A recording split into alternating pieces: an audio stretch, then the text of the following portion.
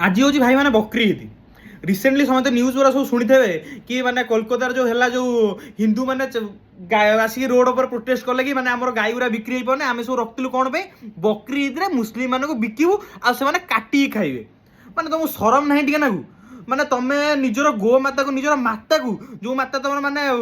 तुम निज माँ को बुढ़ी है तुम छाड़ दौच तुम मैंने छाड़ दौ से जो एमती कर माने जहाँ पाखर तुम क्षीर खाइल माने पाली पोषी बड़ कल एत बड़ ये कल बदल से तुमको क्षीर देला से क्षीर तुम बेपार कल जहाँ भी कल तापर जेम टे बुढ़ी गला तुम कौन चाष कर चाष तो पालन कर रखुच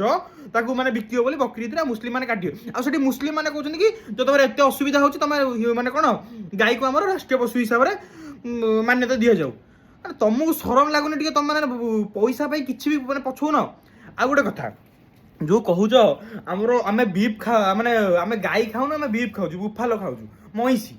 अरे भाई महिषी कौन तांकरी प्रजाति जाऊनी हाँ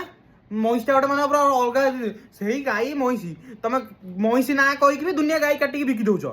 तुम जान कौन हो कौन नहीं।